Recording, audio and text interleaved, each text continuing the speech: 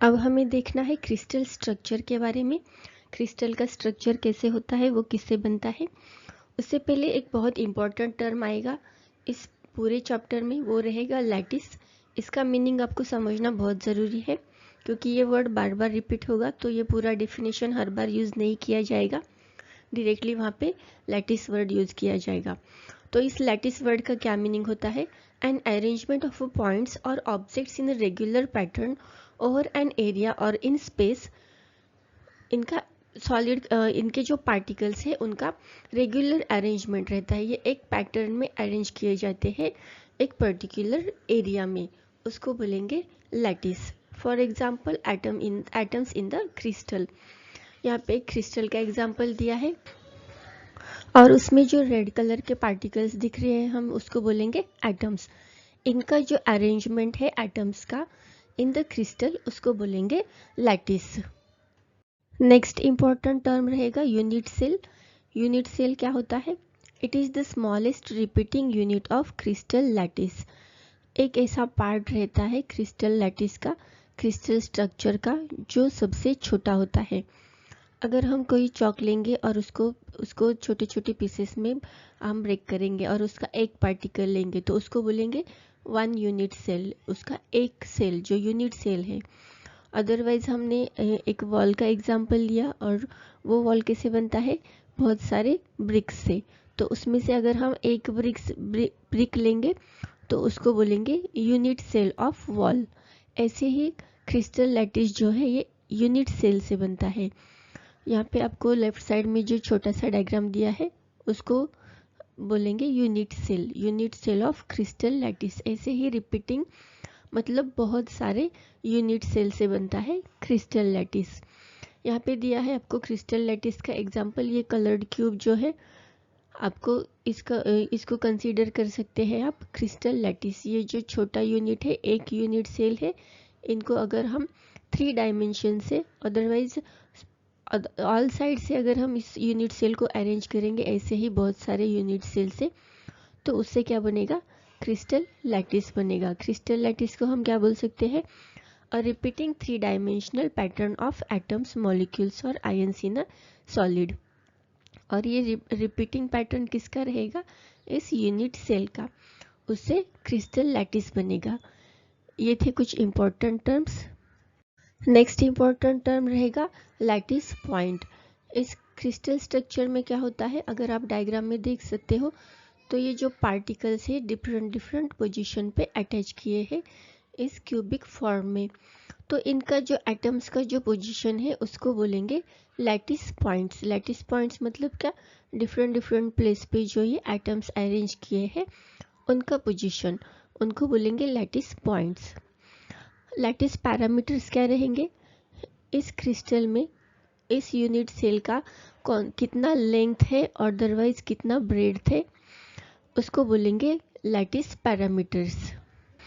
और क्या आएगा इसमें लैटिस पैरामीटर्स में, ये जो एजेस है कॉर्नर्स है कौन से एंगल से इनको अरेंज किया गया है लैटिस क्रिस्टल लैटिस में, तो इसके ऊपर इनका लैटिस पैरामीटर डिपेंड रहेगा, कौन कौन सा लेंथ एंड कौन से एंगल से इनको अरेंज किया है, ये रहेंगे लैटिस पैरामीटर्स। लैटिस पॉइंट्स क्या रहेंगे, डिफरेंट पोजीशन पे जो पॉइंट्स है उनको बोलेंगे लैटिस पॉइंट्स।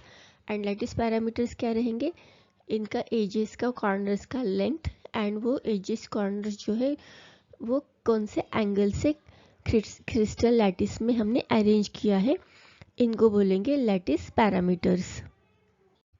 अब हम देखेंगे यूनिट सेल के बारे में। यहाँ पे आपको यूनिट सेल का डायग्राम दिया है। यूनिट सेल को अगर पढ़ना है तो हमें क्या करना पड़ेगा, इसको हमें 3 डायमेंशन में कंसीडर करना पड़ेगा।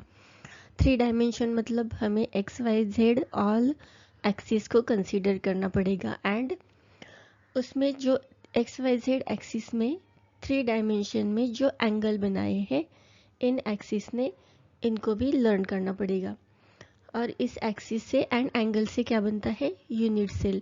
यूनिट सेल में ये तीनों चीज़ें जो एक्स वाई जेड एक्सिस है ये एंड उनके तीनों के एंगल, इनको हमें कंसीडर करना है और यूनिट सेल को हमें देखना है। नेक्स्ट पॉइंट रहेगा टाइप्स ऑफ यूनिट सेल। ये बहुत ही इंपॉर्टेंट पॉइंट है इस चैप्टर का। अगर आपको यहाँ पे कुछ समझ में नहीं आ रहा तो आगे का चैप्टर समझ में नहीं आएगा। तो ये बहुत इंपॉर्टेंट है कि आप इसको ध्यान से सुनो, देखो और इसको समझो, फिर आगे का चैप्टर आपको समझ में आएगा। अदरवाइज आपको ये चैप्टर बहुत डिफ़िकल्ट लगने वाला है। ऐसे तो ये चैप्टर कुछ डिफ़िकल्ट है ही नहीं, बट ये पॉइंट बहुत इंपॉर्टेंट है, बस आप इसको ध्यान से सुनो। टाइप्स ऑफ यूनिट सेल में हमें पर्टिकुलरली क्या पढ़ना है? Arrangement of the atoms. Particular cell में पर्टिकुलर क्रिस्टल में पार्टिकल्स का अरेंजमेंट कैसा है। अगर हम इसके एक यूनिट सेल के बारे में बात करेंगे तो पूरे क्रिस्टल का स्ट्रक्चर हमें समझ में आ जाएगा। तो इसीलिए हमें टाइप्स ऑफ यूनिट सेल के बारे में पढ़ना है। एक एक यूनिट सेल के बारे में हमें पढ़ना है। तो इस टाइप्स में फर्स्ट रहेगा प्रिमिटिव और सिंपल यूनिट सेल। इस प्रिमिटिव और सिंपल यूनिट सेल में जो एटम्स है इनका अरेंजमेंट कैसे होगा, इसके ऊपर डिपेंड रहेंगे इसके टाइप्स। इसमें फर्स्ट टाइप रहेगा प्रिमिटिव और सिंपल यूनिट सेल। इसमें एटम्स का अरेंजमेंट कैसा होता है?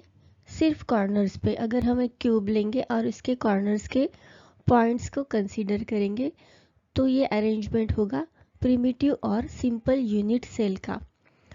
जो येलो कलर के स्पॉट्स दिख रहे हैं आपको लेफ्ट साइड में जो डायग्राम दिया है, इसमें ये येलो कलर के स्पॉट्स आप कहाँ पे आइडेंटिफाई कर रहे हो? ये बस कॉर्नर्स पे ही है इस क्यूब के। अगर इस तरह का अरेंजमेंट है पार्टिकल्स का तो वो होता है प्रिमिटिव और simple unit cell.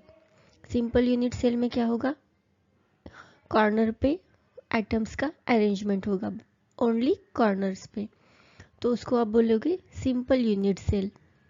Next type रहेगा बॉडी सेंटर्ड यूनिट सेल। हर बार जो भी आपका यूनिट सेल आएगा, कौन से भी टाइप का यूनिट सेल आएगा, उसमें ये कॉर्नर के एटम्स तो आएंगे और कुछ extra atoms, extra arrangement of atoms आएगा, बस उसी का डिफरेंस है इसमें। बॉडी सेंटर यूनिट सेल में क्या होगा? कॉर्नर्स के तो एटम्स आएंगे, 8 कॉर्नर से, तो 8 कॉर्नर्स के 8 एटम्स आ जाएंगे और ये इसका नाम है बॉडी सेंटर्ड। तो इस जो क्यूब है इसके सेंटर में बीच में जो एटम आएगा और इस तरह एक एटम आ जाएगा, ये पिंक कलर का जो है वो बॉडी के सेंटर में है। इसको आप बॉडी सेंटर कैसे कंसीडर कर सकते हो? सपोज आपको फुटबॉल आप इमेजिन करो और फुटबॉल के सेंटर को, ये थ्री डायमेंशनल डायग्राम है फुटबॉल, तो उसके सेंटर में जो अंदर से है ये फुटबॉल जो है हॉलो है। ये हॉलो स्फीयर में सेंटर में अगर हमने कोई पॉइंट ड्रॉ किया तो ये रहेगा बॉडी सेंटर्ड यूनिट सेल, ये बॉडी सेंटर्ड पॉइंट रहेगा। ऐसे ही इस क्यूब में ये अंदर से हॉलो रहेगा और उस हॉलो स्पेस में अगर हमने सेंटर में कोई पॉइंट ड्रॉ किया तो इस पूरे स्ट्रक्चर को हम बोलेंगे body centred unit cell.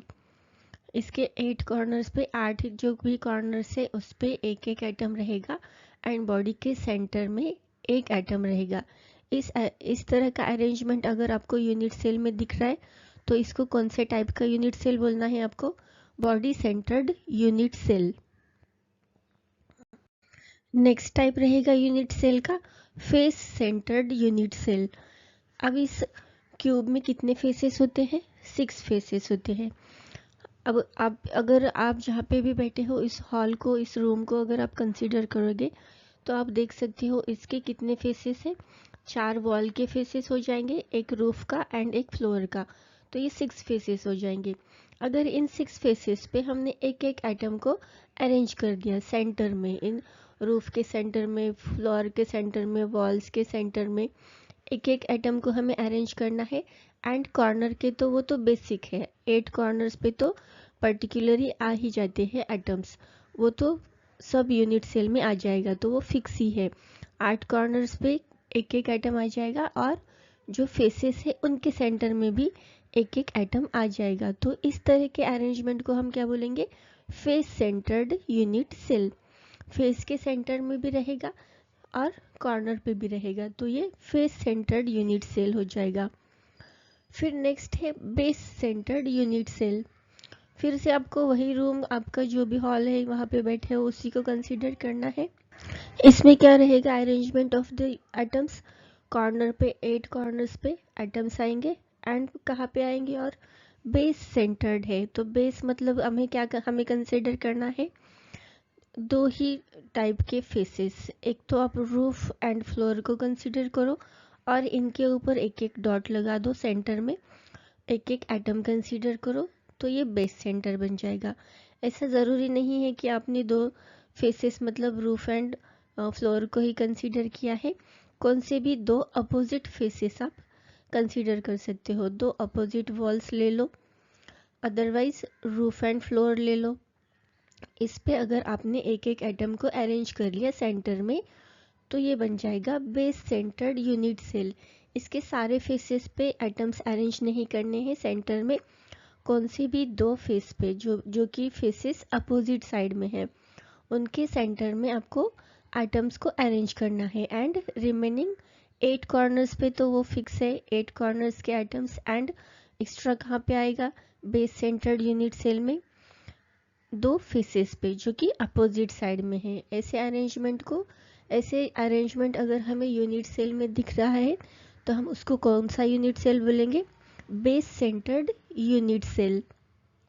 Next point है calculate particles in a simple cubic unit cell. एक क्यूबिक यूनिट सेल में कितने पार्टिकल्स होते हैं ये हमें कैलकुलेट करना है, उनका कितना कंट्रीब्यूशन होता है एक यूनिट सेल में, तो हमें उसको कैलकुलेट करना है। एक सिंपल क्यूबिक यूनिट क्या होता है, ऐसा यूनिट होता है जिसके कॉर्नर्स पे पार्टिकल्स है, 8 कॉर्नर्स पे 8 पार्टिकल्स प्रेजेंट होते हैं, उसको बोलते हैं हम सिंपल क्यूबिक यूनिट सेल। यहाँ पे कितने पार्टिकल्स है, एक यूनिट सेल में 8 पार्टिकल्स है। अगर हमने इसका ऊपर का सरफेस देखा इस क्यूब का तो कुछ ऐसा दिखेगा। ओके, अभी हमें कंसीडर करना है इसके कॉर्नर का एक एटम। इस क्यूब के एक कॉर्नर के एटम को हम कंसीडर करेंगे, तो ये जो कॉर्नर का एटम है ये कितने क्यूब के साथ कंट्रीब्यूट करेगा ये हमें फाइंड आउट करना है पहले। ये जो क्रिस्टल बनेगा obviously it is not made up of only one cell, it is made up of many unit cells. तो इसमें ऐसे बहुत सारे यूनिट सेल रहेंगे, तो जो ये कॉर्नर का जो एटम है वो और बहुत सारे क्यूब से कंट्रीब्यूट करेगा। तो वो कितने क्यूब से कंट्रीब्यूट करेगा हम देखेंगे। एक जो कॉर्नर का एटम है, एक तो इसने ये 4 क्यूब के साथ कंट्रीब्यूट कर दिया, और अगर हम इसके ऊपर और एक क्यूब रखेंगे तो ये फिर से और 4 क्यूब के साथ, ये जो कॉर्नर का आइटम है और 4 क्यूब के साथ ये जुड़ जाएगा। तो ये टोटल कितने क्यूब के साथ कंट्रीब्यूट कर रहा है, अपना एक कॉर्नर का पार्टिकल 8 क्यूब से। आपको ये अच्छे से समझना है। हमने क्या किया, पहले एक यूनिट सेल का एक सरफेस ले लिया, ओके, उसके कॉर्नर का एटम हमें कंसीडर करना है और हमें देखना है ये कॉर्नर का जो एटम है वो कितने यूनिट सेल के साथ जुड़ा है, कितने यूनिट सेल के और यूनिट सेल के साथ उसने अटैचमेंट किया है, कितने यूनिट सेल के साथ कंट्रीब्यूट किया है ये अपना कॉर्नर का एटम। तो और कितने हम इसमें यूनिट सेल बना सकते हैं, एक कॉर्नर का एटम लेके 8 यूनिट सेल्स हम ड्रॉ कर सकते हैं। ये पहले 4 यूनिट हमने ड्रॉ किए, इसके ऊपर अगर हमने और एक क्यूब रख दिया और इसके ऊपर बड़ा सा क्रिस्टल रख दिया, क्रिस्टल का पीस कंसीडर कर लिया, तो इसके ऊपर कितने आएंगे और एटम्स और यूनिट सेल, 4 यूनिट सेल आ जाएंगे टोटल। तो मतलब ये बेस में 4 एंड उसके ऊपर 4, तो टोटल 8 यूनिट सेल कंट्रीब्यूट करेगा ओनली वन कॉर्नर एटम। एक कॉर्नर का एटम 8 यूनिट सेल के साथ कंट्रीब्यूट करेगा। तो हमें यहाँ पे कैलकुलेट करना है वही कॉर्नर का एटम कितने पार्ट एक यूनिट सेल में कंट्रीब्यूट करेगा। एक पार्टिकल उसने 8 क्यूब के साथ पार्ट मतलब कंट्रीब्यूट कर लिया उसने 8 क्यूब के साथ, तो एक यूनिट सेल के लिए उसका कितना पार्ट बचेगा, वो रहेगा 1/8। अगर एक पार्ट हमने 8 पार्ट में डिवाइड कर लिए, ये फ्रैक्शन में आपने पढ़ा होगा कैसे करना है। अगर इसका फ्रैक्शन लेंगे, अगर एक कलर पार्ट है, सपोज एक कलर पार्ट है पूरा और इसका हमने 8 पार्ट्स में डिवाइड कर लिया, 1 2 3 4 5 6 7 8। तो इस एक जो पार्ट है इसके लिए हम फ्रैक्शन कैसे लिखेंगे, 1/8। तो ऐसे ही यहाँ पे एक पार्टिकल जो है कॉर्नर का, उसके लिए कितने क्यूब के साथ उसने कंट्रीब्यूट किया, 8 क्यूब के साथ। तो इस एक क्यूब के लिए उसका कितना कंट्रीब्यूशन हो जाएगा, इस एक क्यूब के लिए एक कॉर्नर के एटम का 1/8 पार्ट कंट्रीब्यूट हो जाएगा। तो हमें कैलकुलेट करना है पूरे 8 पार्टिकल्स ने एक यूनिट सेल के लिए कितना कंट्रीब्यूशन दिया। तो हम कैसे कैलकुलेट करेंगे, there are 8 corners in a cube. एक यूनिट सेल में कितने कॉर्नर होते हैं, 8 कॉर्नर्स होते हैं। तो ऑब्वियसली उसमें कितने पार्टिकल्स आ जाएंगे, 8 particles. Each corner atom contributes 1/8 part. अभी हमने देखा एक कॉर्नर का पार्टिकल जो है वो 1/8 पार्टिकल एक यूनिट सेल के लिए कंट्रीब्यूट कर रहा है। तो टोटल हमारे पास 8 पार्टिकल्स है, तो ये 8 पार्टिकल्स में से कितना पार्ट वो कंट्रीब्यूट करेगा, उसको कैसे कैलकुलेट करेंगे, 8 × 1/8 इज इक्वल टू 1। तो हमारे पास कितने पार्टिकल्स आ गए, ओनली 1 पार्टिकल आ गया जो कंट्रीब्यूट होगा एक यूनिट सेल के लिए। किसमें, in a simple unit cell. Simple unit cell में कितने पार्टिकल्स कंट्रीब्यूट करें, एक पार्टिकल। आपको ये याद रखना है, एक। इसको हम बोलते हैं rank of a simple cubic unit cell. इसको और क्या बोलते हैं, rank of the simple cubic unit cell भी बोलते हैं हम। नेक्स्ट देखेंगे calculation of particles in a face centred cubic unit cell. यहाँ पे आपको डायग्राम दिख रहा है, ये किसका है, फेस सेंटर्ड यूनिट सेल का। इसमें हमें देखना है पार्टिकल्स ने कितना कंट्रीब्यूशन दिया है। कॉर्नर में 8 पार्टिकल्स रहेंगे एंड हर एक फेस पे सेंटर में एक एटम रहेगा। इसमें सेंटर में एक रहेगा और 8 कॉर्नर्स पे 8 पार्टिकल्स। तो हमें यहाँ पे फाइंड आउट करना है face centred cubic unit cell में कितने पार्टिकल्स कंट्रीब्यूट करते हैं। तो 8 कॉर्नर का हम दोबारा कैलकुलेशन नहीं करेंगे, ऑलरेडी हमने कैलकुलेशन कर लिया है सिंपल यूनिट सेल में। तो उसका कितना कंट्रीब्यूशन था, 1 पार्टिकल का। अब हम देखेंगे फेस सेंटर्ड के लिए, फेस के लिए कितना कंट्रीब्यूशन आता है। यहाँ पे हमारे पास कितने फेसेस है, 6 फेसेस है एंड कितने पार्टिकल्स है उसके ऊपर, सेंटर में एक पार्टिकल है। 6 फेसेस के 6 पार्टिकल। उससे पहले इसको समझो, एक फेस के सेंटर में एक पार्टिकल है, हमने अगर इसके ऊपर और एक क्यूब रख दिया तो ये जो सेंटर का पार्टिकल है वो नेक्स्ट ऊपर जो हमने उसके ऊपर जो और एक क्यूब रखा है उसके सरफेस के उसके फेस के साथ भी ये जो एटम है वो कंट्रीब्यूट करेगा। मतलब एक ही एटम 2 फेसेस के साथ कंट्रीब्यूट करेगा। एक एटम 2 सरफेस के साथ, मतलब एक ही एटम था, एक ही कलर्ड पार्ट था, हमने इसका 2 पार्ट में डिवाइड कर लिया। तो जो इसका एक यूनिट सेल के लिए फ्रैक्शन है वो कितना आ जाएगा, 2 में से 1 के लिए 1/2 आ जाएगा। तो मतलब ये जो फेस के सेंटर में जो एटम है वो 2 फेसेस के लिए कंट्रीब्यूट हो जाएगा। तो उसका कंट्रीब्यूशन, इस पार्टिकल का कंट्रीब्यूशन एक ही यूनिट सेल के लिए कितना आ जाएगा, हाफ आ जाएगा। तो इस तरह से हमें क्या कैलकुलेट करना है, 6 फेसेस के लिए एक फेस का जो एटम है वो हाफ पार्ट कंट्रीब्यूट करता है एक यूनिट सेल के लिए। तो 6 फेसेस के कितने पार्टिकल्स कंट्रीब्यूट करेंगे, तो इसके लिए हम कैलकुलेट करेंगे ये 6 × 1/2, ये आ जाएगा 3 पार्टिकल्स। तो फेसेस ने कितने पार्टिकल्स कंट्रीब्यूट किए, 3 एंड कॉर्नर ने कितने कंट्रीब्यूट किए, 1। तो इसका टोटल करेंगे तो हमारे पास ये आ जाएगा 4। मतलब अगर हमें face centred cubic unit cell के पार्टिकल्स ने कितना कंट्रीब्यूशन दिया है ये कैलकुलेट करना है, तो 4 पार्टिकल्स ने कंट्रीब्यूशन दिया है, ये हमारे पास आंसर आ जाएगा। Calculation of particles in base centred cubic unit cell. Base centred और बॉडी सेंटर के पार्टिकल्स जो है कितने कंट्रीब्यूट करेंगे, ये दोनों का कैलकुलेशन सेम ही है। यहाँ पे दिया है calculation of particles in a base centred cubic unit cell, तो उसको देखेंगे। हमें पता है कॉर्नर के जो 8 पार्टिकल्स है उन्होंने कितना कंट्रीब्यूशन दिया था, 1 पार्टिकल का। अब कैलकुलेशन हमारे पास बचता है जो ये फेसेस है, 2 फेसेस में जो भी पार्टिकल्स है उनका कितना कंट्रीब्यूशन है, इसका कैलकुलेशन। तो देखेंगे एक फेस में एक पार्टिकल है सेंटर में, अगर इसके ऊपर हमने और एक क्यूब रख दिया तो ये अदर फेस के साथ भी इस पार्टिकल को कंट्रीब्यूट करेगा।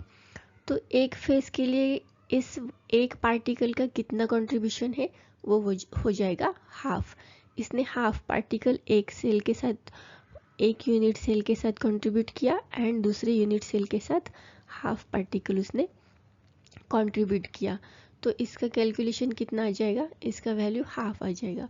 फिर इस नेक्स्ट बेस के लिए भी बेस का पार्टिकल भी हाफ कंट्रीब्यूशन देगा। तो दोनों मिला के कितने पार्टिकल्स कंट्रीब्यूट करें, 1 पार्टिकल। तो यहाँ पे दिया है टोटल पार्टिकल्स, फेस के द्वारा हमें एक पार्टिकल का कंट्रीब्यूशन मिला एंड कॉर्नर्स के 8 पार्टिकल से हमें एक पार्टिकल का कंट्रीब्यूशन मिला। तो इसको मिला के हमारे पास कितना कंट्रीब्यूशन आ गया पार्टिकल्स का, 2। तो इसका रैंक कितना आ गया, हम बोलेंगे rank of base centred cubic unit cell is 2। इसका रैंक 2 आ गया। मतलब रैंक मतलब क्या, इस base centred cubic unit cell में कितने पार्टिकल्स का कंट्रीब्यूशन मिला, तो हमें 2 पार्टिकल्स का कंट्रीब्यूशन मिला। हमने देखा था calculation of particles in a body centred cubic unit. अब देखेंगे बेस सेंटर्ड। मैंने बोला था आपको बॉडी सेंटर में एंड बेस सेंटर में जो भी पार्टिकल्स कंट्रीब्यूट करेंगे वो सेम ही रहेंगे। ये आप यहाँ पे बॉडी ले सकते हो, अदरवाइज बेस भी ले सकते हो, base centred cubic unit cell. तो इसमें जो भी पार्टिकल्स पार्टिसिपेट करेंगे वो सेम ही, इक्वल ही रहेंगे। वो कैसे आता है उसको देखेंगे। 8 कॉर्नर्स के जो पार्टिकल्स है उन्होंने कितने पार्टिकल्स कंट्रीब्यूट किए, 1 पार्टिकल। और इसके बॉडी के सेंटर में, बॉडी सेंटर्ड मतलब क्या, बॉडी के सेंटर में एक एटम रहेगा, वो कितना एटम कंट्रीब्यूट करेगा, ये पूरा एटम एक यूनिट सेल के साथ कंट्रीब्यूट करेगा। क्योंकि ये सेंटर में है तो अदर कोई भी यूनिट सेल इससे अटैच नहीं हो रहा है, क्योंकि ये हॉलो स्पेस में इस यूनिट सेल के सेंटर में है। तो इसीलिए ये पूरा एटम जो है वो पूरा पार्टिकल एक ही यूनिट के साथ कंट्रीब्यूट कर रहा है। तो उसने कितने सेंटर के, इस बॉडी सेंटर के कितने पार्टिकल्स कंट्रीब्यूट किए, एक पार्टिकल एंड कॉर्नर के एक। तो ये टोटल कितने कंट्रीब्यूशन दिया उसने, 2 पार्टिकल का। इसीलिए body centred cubic unit cell का and base unit cubic unit cell का कैलकुलेशन सेम ही रहेगा। उनका रैंक जो है दोनों का, रँक दोनों का सेम ही रहेगा। नेक्स्ट पॉइंट आपण बघणार आहोत ब्रॅव्हिज लॅटिस। यामध्ये आपल्याला बघायचं आहे की किती टाइप्सचे आपण अरेंजमेंट करू शकतो जे यूनिट सेलमध्ये पार्टिकल्स आहेत त्याचा यूज करून। यूनिट सेल में कितने पार्टिकल्स होते हैं, हमने देखा था सिंपल यूनिट सेल में 8 पार्टिकल्स होते हैं। ऐसे ही डिफरेंट यूनिट सेल में, जैसे फेस सेंटर्ड है, बेस सेंटर्ड है, otherwise body centred unit cell है, इसमें डिफरेंट पार्टिकल्स होते हैं। अगर इन चारों बेसिक यूनिट सेल का हम यूज़ करेंगे और उनके डिफरेंट स्ट्रक्चर्स बनाएंगे तो हम कितने टाइप्स के स्ट्रक्चर बना सकते हैं, 14 ways are there to arrange them. कितने वे हैं, 14 वेज है। तो ये 14 स्ट्रक्चर जो बनेंगे उसको ही बोलते हैं ब्रैविज लैटाइसिस। क्या बोलते हैं इसको, ब्रैविज लैटाइसिस बोलते हैं। हमारे पास बेसिक यूनिट सेल कौन कौन से हैं, एससी है, ये कास्ट नहीं है, ये सिंपल और प्रिमिटिव यूनिट सेल बोलते हैं इसको, सिंपल और primitive cubic unit cell. Okay, SC, then FCC, face centred cubic unit, BCC, base centred cubic unit और बॉडी सेंटर्ड क्यूबिक यूनिट। ये 4 टाइप के हमारे पास क्या है, बेसिक यूनिट है। इनमें क्या है, डिफरेंट पार्टिकल्स का अरेंजमेंट है, डिफरेंट टाइप के, कॉर्नर में है या सेंटर में, फेस पे है। इसके ऊपर ही हमने 4 टाइप्स ऑफ यूनिट्स पढ़े। ओके, अब इसी 4 टाइप ऑफ यूनिट्स को यूज़ करके हमें ब्राइविज लैटिसेस को फॉर्म करना है। तो हम कितने लैटिसेस ड्रॉ कर सकते हैं, अदरवाइज बना सकते हैं। कितने हैं वो? 14 है। 14 स्ट्रक्चर हम बना सकते हैं इन 4 बेसिक यूनिट्स का यूज़ करके, इसीलिए उसको बोलते हैं ब्राइविज लैटिसेस। उसमें जो बेसिक 7 पार्ट्स रहेंगे उनके नाम यहाँ पे दिए हैं, उनको आपको लर्न करना है। और इसमें फिर बाद में सब टाइप्स रहेंगे, और उन सब टाइप्स को और ये मेन टाइप्स को इनको मिला के ब्राइविज लैटिसेस बनते हैं। तो ये सब टाइप्स मेन 7 क्रिस्टल स्ट्रक्चर्स कौन से हैं? क्यूबिक है, then next orthorhombic, then tetragonal, monoclinic, rhombohedral, triclinic and hexagonal. इसमें से 4 जो है आपके मैथमेटिक्स में आपने लर्न ही किए हैं, जैसे क्यूबिक है, ऑर्थोरोम्बिक है, देन हेक्सागोनल है। ये तो आपको जल्दी से याद हो जाएगा, बस आपको नाम डिफ़िकल्टी रहेगी मोनोक्लिनिक एंड ट्राइक्लिनिक में। आप क्लिनिक को याद रख लो, वर्ड क्लिनिक, तो उसमें मोनो और ट्राई लगा दो, तो ये 2 स्ट्रक्चर बन जाएंगे।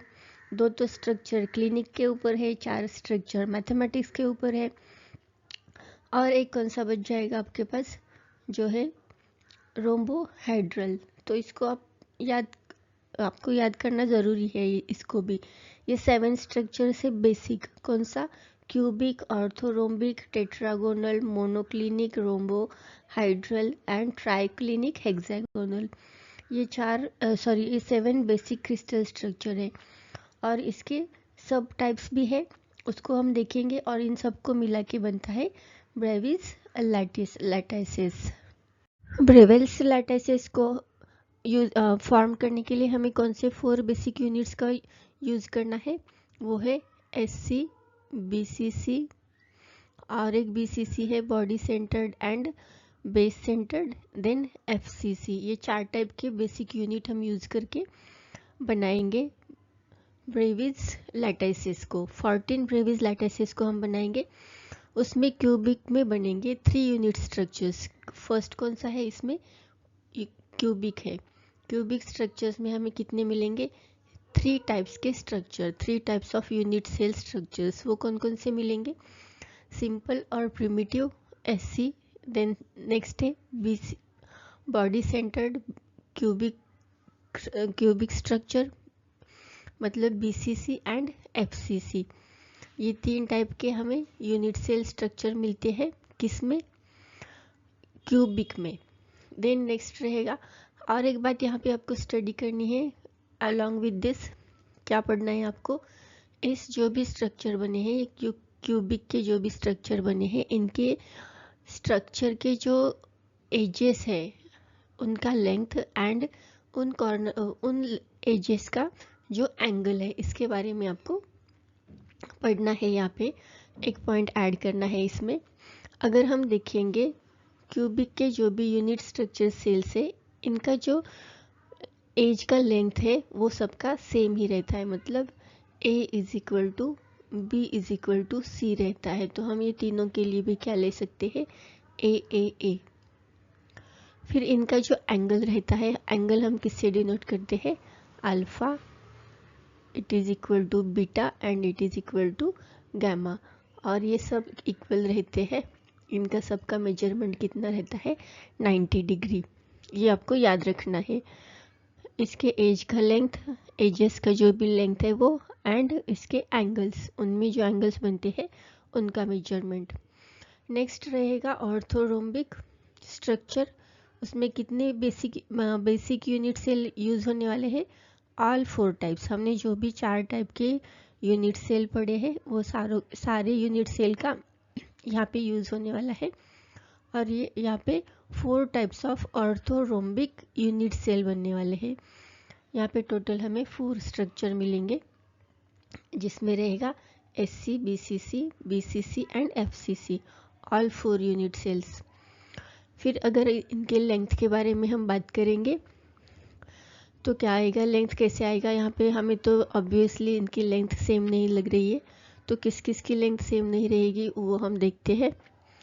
ऑर्थोरोम्बिक में A is not equal to B and not equal to C. किसी भी एज का लेंथ जो है वो सेम नहीं रहता है, बट इनके बीच का जो एंगल है अगर आप देख सकते हो तो सबका एंगल कितना है 90 डिग्री। तो क्या आएगा यहाँ पे alpha is equal to beta is equal to gamma and this all are equal to 90 degree. Then third type का स्ट्रक्चर है टेट्रागोनल। टेट्रागोनल में बेसिक कौन कौन से यूनिट सेल यूज होने वाले हैं, SC and body centred cubic unit. ये बीसीसी एंड एससी ये दो टाइप के बेसिक यूनिट का यूज करके tetragonal type of crystal structure बनने वाला है। अगर टेट्रागोनल टाइप के यूनिट सेल में देखेंगे हम तो इनका जो भी लेंथ रहेगा एजेस का उसके बारे में देखेंगे। ये कैसा रहता है, A is equal to B but B is not equal to C।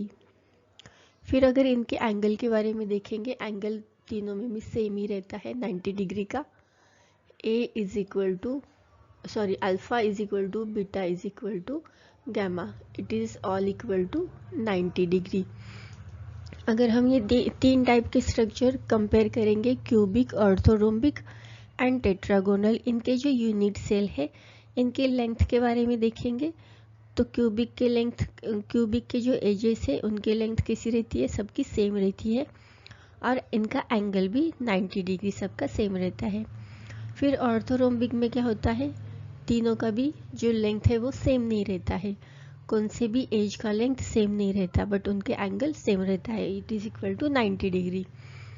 फिर टेट्रागोनल में क्या होता है, A is equal to B but B is not equal to C, और A भी C के जैसा नहीं होता, इसका A का और B का दोनों का भी लेंथ जो है C की लेंथ के जैसा नहीं होता है। बट इनके एंगल के बारे में देखेंगे तो अल्फा बीटा गैमा तीनों का भी एंगल 90 डिग्री होता है।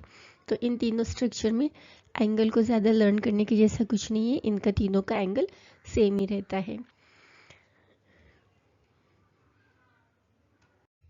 ब्राइविस लैटिसेस में नेक्स्ट स्ट्रक्चर रहेगा मोनोक्लिनिक। मोनोक्लिनिक में कौन कौन से बेसिक यूनिट का यूज़ किया है, एससी एंड बीसी। यहाँ पे बीसी का बेस सेंटर्ड है, SC unit cell and BCC unit cell का यूज़ किया है। बेस सेंटर्ड, यहाँ पे बॉडी सेंटर्ड नहीं है, इसको याद रखो, ये बेस सेंटर्ड है। डायग्राम को देख के आप बता सकते हो ये बेस सेंटर्ड है। फिर हम देखेंगे इनके लेंथ के बारे में। अगर लेंथ चेक करेंगे तो हमें तीनों का लेंथ अलग अलग दिख रहा है। तो मोनोक्लिनिक में क्या होता है, A is not equal to B, it is not equal to C। तीनों भी एजेस का लेंथ जो है वो सेम नहीं रहता है। एंगल के बारे में देखेंगे तो alpha is equal to beta angle and it is equal to 90 degree, और इसमें जो गैमा एंगल रहता है that is not equal to 90 degree होता है। देन नेक्स्ट रहेगा रोम्बोहेड्रल। रोम्बोहेड्रल में जो unit cell basic unit cell use होने वाला है वो एक ही है, वो है SC। अगर हम इनके लेंथ के बारे में देखेंगे तो हमें पता है बेसिक यूनिट सेल सिंपल और प्रिमिटिव यूनिट सेल में all three sides are of equal length. But अगर इसको हम रोम्बोहेड्रल में यूज़ करें तो इनके एंगल में थोड़ा सा डिफरेंस रहेगा। इनका जो एंगल है alpha equal to beta equal to gamma, but they both all three are not equal to 90 degree. ये तीनों भी 90 डिग्री के इक्वल नहीं होते हैं। नेक्स्ट स्ट्रक्चर रहेगा ट्राइक्लिनिक। ट्राइक्लिनिक में भी एक ही यूनिट सेल का यूज हुआ है, वो है सिंपल क्यूबिक यूनिट सेल। अगर इनके एज लेंथ के बारे में देखेंगे तो ट्राइक्लिनिक में एज लेंथ कैसा आएगा, A is not equal to B, it is not equal to C। ये तीनों का भी जो लेंथ है वो सेम नहीं आएगा। और इनके अगर एंगल के बारे में देखेंगे तो एंगल भी इन तीनों का सेम नहीं आएगा। Alpha is not equal to beta and beta is not equal to gamma. तीनों का भी एंगल जो है वो it is not equal to 90 degree.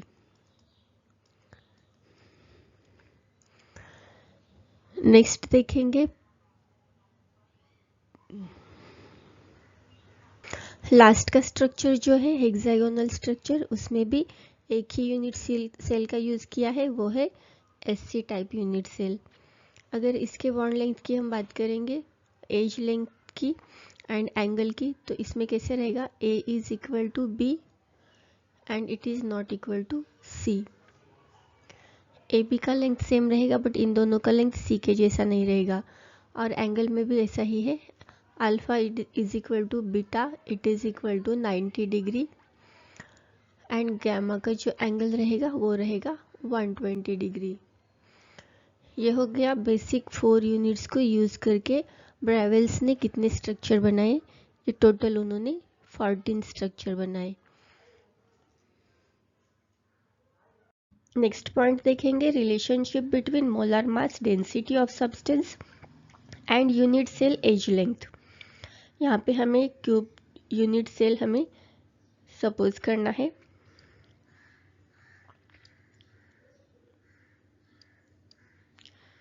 Suppose this is the unit cell, तो इसका एज लेंथ हमें कितना लेना है। सपोज हमने ए लिया, यूनिट सेल है तो तीनों भी साइड का इसका लेंथ ब्रेड्थ एंड हाइट कितना होगा, ए ही हो जाएगा। तो इसे हमें क्या कैलकुलेट करना है। Suppose edge length side length of this cube is a, तो इसका वॉल्यूम कितना हो जाएगा, वॉल्यूम हो जाएगा ए क्यूब। ओके, हम ये वॉल्यूम क्यों डिराइव करें, क्योंकि हमें यहाँ पे डेंसिटी का एंड मोलर मास का रिलेशन डिराइव करना है। तो डेंसिटी के लिए हमारे पास फॉर्मूला कौन सा होता है, rho is equal to M upon V. इसमें से हमने वॉल्यूम को यहाँ पे डिराइव कर लिया, वॉल्यूम का फॉर्मूला हमने फाइंड आउट कर लिया, वॉल्यूम कितना होता है यूनिट सेल का। ये फर्स्ट स्टेप में आपको लिखना है। कैसे लिखना है, if edge length of a cubic unit cell is a unit length आपको कितना सपोज करना है, a, the volume of the unit cell will become a cube, तो उसका वॉल्यूम कितना हो जाएगा, ए क्यूब आ जाएगा। फिर नेक्स्ट स्टेप में हम फाइंड आउट करेंगे mass of the unit cell. This unit cell is made up of many particles. इसमें बहुत सारे पार्टिकल्स होते हैं, ऐसे छोटे छोटे पार्टिकल से ये बना है। कॉर्नर में 8 पार्टिकल्स होते हैं, सेंटर में, फेस पे। देन हमें क्या करना है, इस सारे पार्टिकल्स का मास फाइंड आउट करना है। तो हम क्या करेंगे, एक पार्टिकल का मास सपोज करेंगे m, तो इसमें n पार्टिकल्स होते हैं, n नंबर ऑफ पार्टिकल्स होते हैं, तो इसका मास कितना हो जाएगा, m इंटू n। तो यहाँ पे सेकेंड स्टेप में हमें mass of the unit cell derive करना है। इसको कैसे लिखेंगे, suppose that mass of one particle is m, एक पार्टिकल का मास हमें m सपोज करना है, and that are n particles per unit cell. तो n particles of the unit cell के लिए कितना आ जाएगा, उसको कैलकुलेट करना है। मास ऑफ यूनिट सेल कितना आ जाएगा, m इंटू n, और इसको आपको देना है इक्वेशन नंबर 1। फोर्थ स्टेप में हमें डिराइव करना है molar mass of a substance, molar mass of the substance. तो वो कैसे कैलकुलेट करेंगे और क्यों कैलकुलेट करना है मोलर मास। जब भी हम पार्टिकल्स के बारे में बात करते हैं, सब्सटेंस के पार्टिकल्स के बारे में हमें यहाँ पे मास कंसीडर करना है, तो हमें उसका मोलर मास ही लेना है, इसीलिए मोलर मास कैलकुलेट करेंगे। तो मोलर मास का फॉर्मूला क्या आता है, molar mass is equal to mass of one particle into number of particles per mole. Mass of one particle हमने कितना लिया था, हमने m सपोज किया था, and number of particles per मोल, 1 मोल में कितने पार्टिकल्स होते हैं, 6.022 इंटू 10⁻23, ये एवोगाड्रोस नंबर होता है। तो हम क्या करेंगे, उसको मल्टीप्लाई करेंगे 1 पार्टिकल से, तो हमारे पास आ जाएगा molar mass small m into Na का मतलब क्या है, number of particles per mole. Then हम ये फॉर्मूला जो है वो कन्वर्ट कर लेंगे मास ऑफ वन पार्टिकल के लिए। मास ऑफ वन पार्टिकल के लिए हमने स्मॉल m डिनोट किया था, तो ये स्मॉल m के लिए फॉर्मूला क्या कन्वर्ट हो जाएगा, कैपिटल M। कैपिटल M क्या है, molar mass upon number of particles per mole Na। तो ये इक्वेशन इसको देना है आपको, इक्वेशन नंबर 3। फिर हमें क्या करना है, इक्वेशन 1 एंड इक्वेशन 3 को हमें कंबाइन करना है। इक्वेशन 1 हमने कौन सा डिराइव किया था, इक्वेशन 1 हमारे पास था v is equal to a cube. तो हमें किसका रिलेशन फाइंड आउट करना है, मोलर मास एंड डेंसिटी का। तो density rho is equal to हमारे पास फॉर्मूला क्या था, m divided by a cube, मतलब वॉल्यूम m बाय v। यहाँ पे पहले v लिखेंगे फिर वैल्यू पुट करेंगे, मास अपॉन वॉल्यूम था, तो m upon v a cube आ जाएगा। एंड हमारा मास ऑफ पार्टिकल हमने क्या कैलकुलेट किया था, m इंटू n। अब क्या करेंगे, स्मॉल n के लिए हमने जो फॉर्मूला यहाँ पे कन्वर्ट करके लिया था उसको पुट करेंगे, तो हमारे पास फाइनल फार्मूला क्या आ जाएगा, sorry, small n into capital M upon a cube N A. ये फार्मूला हमारा फाइनल फार्मूला आ जाएगा, जो कि दिखाता है हमें relation between the molar mass and density. और इसका यूज़ करके हम इसका अगर इसमें से कौन से भी वैल्यूज़ दिए, 4 वैल्यूज़ दिए हैं, तो 5th वैल्यू हम कैलकुलेट कर सकते हैं। तो ये हो गया relation between the molar mass and density. अब तक हमने क्रिस्टल स्ट्रक्चर के बारे में पढ़ा, फिर हमने देखा ब्रेविस क्रिस्टल्स, 14 टाइप्स के क्रिस्टल्स हमने पढ़े, फिर हमने रिलेशन डिराइव किया वॉल्यूम एंड मोलर मास में। अब हम क्या करेंगे, उसके PYQs सॉल्व करेंगे। इस पॉइंट पे डिपेंड जो भी इससे कोई भी क्वेश्चन बन सकता है MCQ, उसको हम सॉल्व करेंगे। उसमें क्वेश्चन नंबर 1 है, what type of unit cell is not present in the cubic crystal. तो ये क्यूबिक क्रिस्टल में कौन से टाइप का यूनिट सेल प्रेजेंट नहीं होता है, तो यहाँ पे आंसर कौन सा है, कौन से पहले प्रेजेंट होते हैं उसको देखेंगे। सिंपल और प्रिमिटिव सेल प्रेजेंट होता है, बॉडी सेंटर्ड सेल प्रेजेंट होता है, एंड फेस सेंटर्ड। तो इसमें से कौन सा नहीं है यहाँ पे, जो है बेस सेंटर्ड, ऑप्शन सी, ये करेक्ट आंसर हो जाएगा इसके लिए। Question number 2, what is the number of different types of unit cells present in the tetragonal crystal system. आपको टेट्रागोनल क्रिस्टल सिस्टम में नंबर ऑफ यूनिट सेल कितने होते हैं ये पूछा है। टेट्रागोनल सिस्टम में कौन कौन से यूनिट सेल होते हैं, simple and primitive unit cell. Simple और primitive and body centred unit cell, 2 type के यूनिट सेल होते हैं। तो आपका कौन सा आंसर करेक्ट आ जाएगा इसके लिए, ऑप्शन चेक करेंगे तो option B is the correct answer. Question number 3, if ABC are the edges and alpha beta gamma are bond angles between them, then identify the correct combination of BCC unit cell. आपको यहाँ पे एक चीज़ याद रखनी है, यहाँ पे आपको BCC दिया है, FCC दिया है, अदरवाइज SC दिया है, कौन सा भी दिया है, body centred, BCC, base centred, ये चारों में से कौन सा भी आपको दिया है, तो आपको यहाँ पे कुछ उसको नहीं माइंड करना है, आपको फोकस करना है यूनिट सेल पे। BCC unit cell, FCC unit cell, otherwise कौन सा भी यूनिट सेल दिया है, एंड आपको उसका कॉम्बिनेशन पूछा है ABC का एंड मतलब लेंथ का एंड एंगल का, तो आपको ऑलवेज ऑप्शन ए जो कॉम्बिनेशन दिख रहा है उसी को टिक करना है। A is equal to B is equal to C, all length are same, and alpha beta gamma is equal to 90 degree, all angles are only 90 degree। यही आपको याद रखना है, क्योंकि यूनिट सेल में सारे एंगल्स 90 डिग्री होते हैं एंड सारे साइड्स का लेंथ जो है वो इक्वल होता है। आपको BCC दिया है, FCC दिया है, तो आपको कंफ्यूज नहीं होना है, यहाँ पे डायरेक्टली आपको ऑप्शन ए में जो कॉम्बिनेशन दिखाई दे रहा है, ऐसा कॉम्बिनेशन जिस भी ऑप्शन में दिखाई देगा उसको टिक करना है, वही करेक्ट आंसर हो जाएगा उसके लिए। Question number 4, which from the following unit cell is present in hexagonal crystal system. Hexagonal crystal system में आपको कौन सा यूनिट सेल दिखाई देता है, ये पूछा है आपको। ऑप्शन है body centred, face centred, base centred और सिंपल। तो हेक्सागोनल में एक ही यूनिट सेल होता है, वो कौन सा होता है? Simple unit cell. तो option D is the correct answer. Question number 5. What is the total number of Bravais lattices present for different crystal system? Bravais lattices में कितने क्रिस्टल होते हैं? 14। तो ऑप्शन ए करेक्ट आ जाएगा। Question number 6. What is the total number of crystal system associated with 14 Bravais lattices? 14 Bravais lattices के लिए हमें कितने total number of crystal system हमने यूज़ किए हैं, उससे कितने सिस्टम एसोसिएट है? तो हमें बेसिक 7 क्रिस्टल सिस्टम हम यूज़ करते हैं 14 ब्रेविस लैटिसेस को फॉर्म करने के लिए। तो यहाँ पे हमारा आंसर कौन सा हो जाएगा? ऑप्शन ए।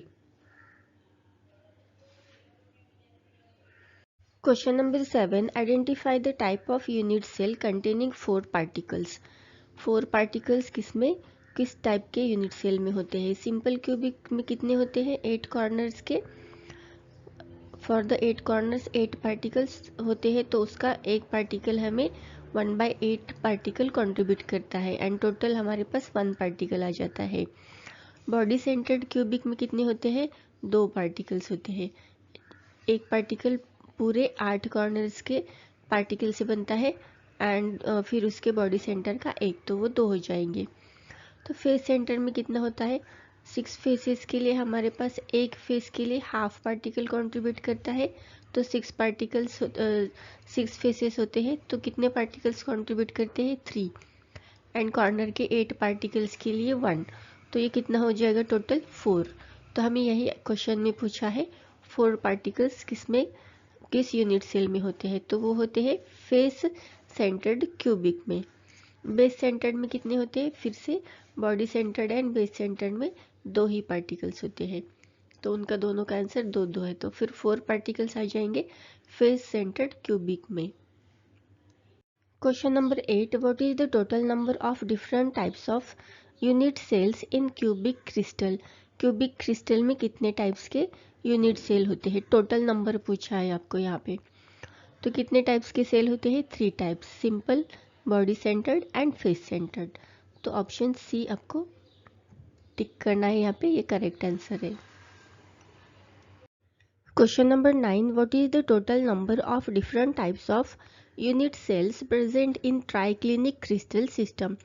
ट्राइक्लिनिक क्रिस्टल सिस्टम में कितने यूनिट सेल होते हैं? एक ही यूनिट सेल होता है, वो होता है सिंपल और प्रिमिटिव।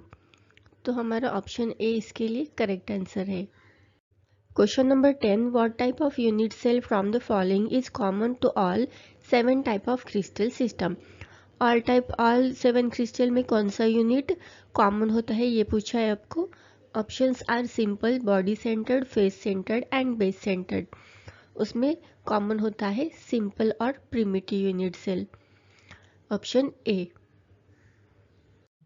हमने जो डेंसिटी का फॉर्मूला लर्न किया है उसके ऊपर कुछ क्वेश्चन सॉल्व करेंगे। Question number 1. An element crystallizes in FCC lattice with cell age 250 pm. Calculate the density of element and mass also given 90.3. तो पहले सॉल्व करेंगे इसको, जो गिवन है वो लिखेंगे। गिवन क्या है हमें? एज लेंथ ए दिया है 250 pm। इसको कन्वर्ट करेंगे सेंटीमीटर में, तो इसको मल्टीप्लाई करना पड़ेगा 2.50 इंटू 10⁻⁻8 से, ये आ जाएगा सेंटीमीटर में। फिर हमें m का वैल्यू दिया है 90.3। फेस क्यूबिक सेंटर लैटिस है, तो इसका n का वैल्यू आ जाएगा 4 एंड हमें n का वैल्यू दिया है, m का दिया है, a का दिया है एंड कैलकुलेट करना है डेंसिटी। तो डेंसिटी का फॉर्मूला लिखेंगे m into n upon volume cube into number of Avogadro's number. Values put करेंगे। m का वैल्यू है 90.3 इंटू n का वैल्यू है 4 divided by a cube 2.50 into 10⁻⁻8 cube into na का वैल्यू आ जाएगा 6.022 इंटू 10⁻23। इसको कैलकुलेट करने के बाद हमारे पास वैल्यू आ जाएगा 38.40 gram centimetre cube. Options check करेंगे तो option B is the correct answer. Question number 2. An element with density 2.8 gram per centimeter cube forms a face cubic center unit cell having edge length 4 into 10⁻⁻8 centimeter. Calculate the molar mass of the element. देखेंगे इसको कैसे calculate कर सकते हैं। हमें molar mass calculate करना है। Given क्या है, गिवन लिखेंगे। डेंसिटी की वैल्यू दी है rho is equal to 2.8 grams centimetre per centimetre cube. Then edge length मतलब ए का वैल्यू दिया है 4 इंटू 10⁻⁻8 सेंटीमीटर। फिर हमें एम का वैल्यू कैलकुलेट करना है। एफसीसी यूनिट सेल दिया है तो इसमें एन का वैल्यू आ जाएगा 4। तो फॉर्मूला लिखेंगे rho is equal to M into N upon A cube into N A. Values put करेंगे। रो का वैल्यू दिया है 2.8, एम का वैल्यू हमें कैलकुलेट करना है, एन का वैल्यू है 4 upon 4 into 10⁻⁻8 whole cube into 6.022 into 10⁻23। इसको कैलकुलेट करेंगे m के लिए, तो इसको कन्वर्ट करके लेंगे तो फॉर्मूला क्या आ जाएगा,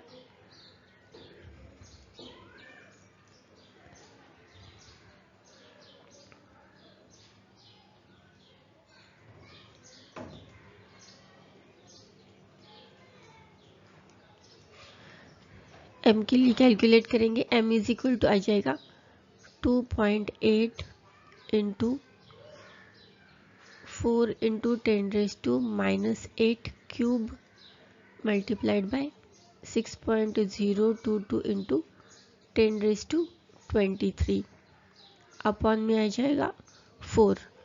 इसको कैलकुलेट करने के बाद हमारे पास वैल्यू आ जाएगी 27.0 ग्राम्स पर मोल। ऑप्शंस चेक करेंगे तो ऑप्शन बी इसके लिए करेक्ट आंसर आ जाएगा।